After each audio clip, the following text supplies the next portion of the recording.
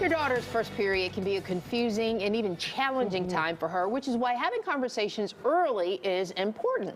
Here to tell us everything we need to know is Dr. V from the Northwestern Specialists for Women. Dr. V, thanks so much for being here. It's nice to be back. Well, we just heard Tanya say it. I mean, this is not a conversation you should start having when it's about to happen. When it has already happened. No, that would be a little bit too late. Too late. And I mean, and I can remember my own experience. When I got my first period, I was literally in a movie theater in India. Oh. And fortunately, though, my mom had talked to me about it a couple of years beforehand. So when I was in the bathroom at the theater, I knew what was happening. I was able to whisper to my mom, hey, I think this is what's going to happen. Okay. And the thing is that we all need to have this conversation a couple of years beforehand, so it isn't a scary thing. It isn't something that is unexpected.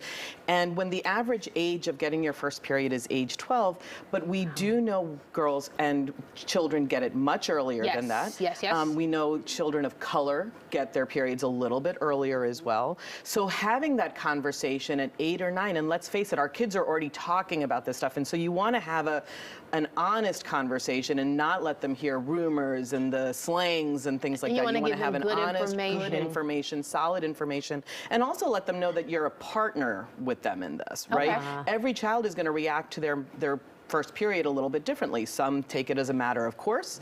Some children may find it a really scary event, especially if it's not something how they identify themselves with. Sure. And so getting that first period can actually just be an accentuation of that this isn't what my body is supposed to be doing. So how do you have that conversation? I mean, do you use props? Do you use videos? What do you do?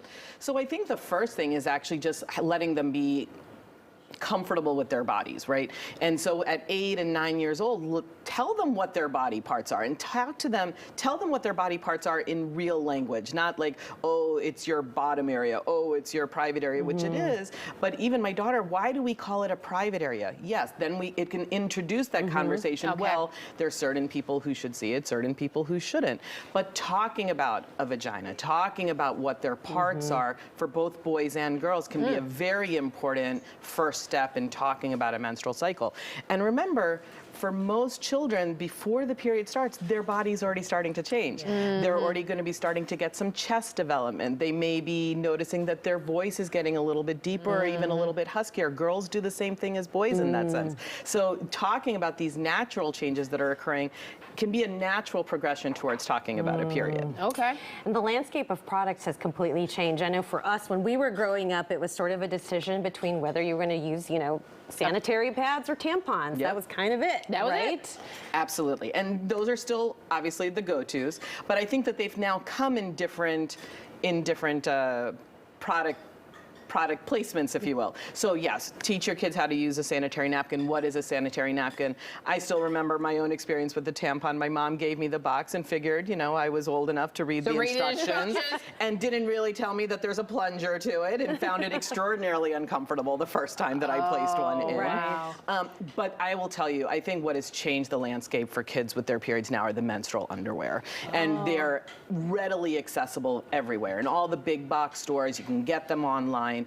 And what's really amazing about them is that they have different underwear for different levels of your period. So if it's really heavy or very light, it's something that a child can start wearing a couple of days beforehand as you start to get to know what their cycle is, so that they're not going to have that accident at school that we can all remember having. You know, not stuffing the tissue paper in the bathroom into their underwear. Exactly.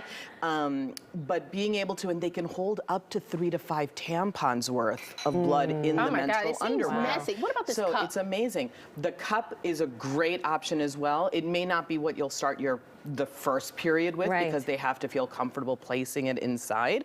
But the menstrual cup is also, it's environmentally friendly, which I think our kids today are far more interested in. I mean, we produce in this country alone, over 2.2 metric tons of sanitary waste. So talk about menstrual diva cups, the underwear, which are reusable, easily to wash. These are really things that are also environmentally friendly too. One quick question, is there one thing that is more healthy or less healthy for children? Because I remember as a kid, my mother didn't want me to use a tampon because she didn't think that that was something healthy for me. Right, and that's definitely a myth. So whether it's a pad, putting a tampon inside the body is not something that's going to be harmful, but teaching them how to use it properly is important. You know, we've all been a little guilty of putting that tampon in and leaving it in there maybe Way a little too longer long. than we should. So really teaching them what is toxic shock syndrome, what are infections that you can get, but it is a very safe option for any girl or any child up from age 10 onwards, as long as they're comfortable with their body. Well, we appreciate you being here so And much. 'cause- having this conversation. Yeah, we have to normalize these type of conversations. These are the conversations we need to Absolutely. talk Yes. about. Yes, we do. Dr. V,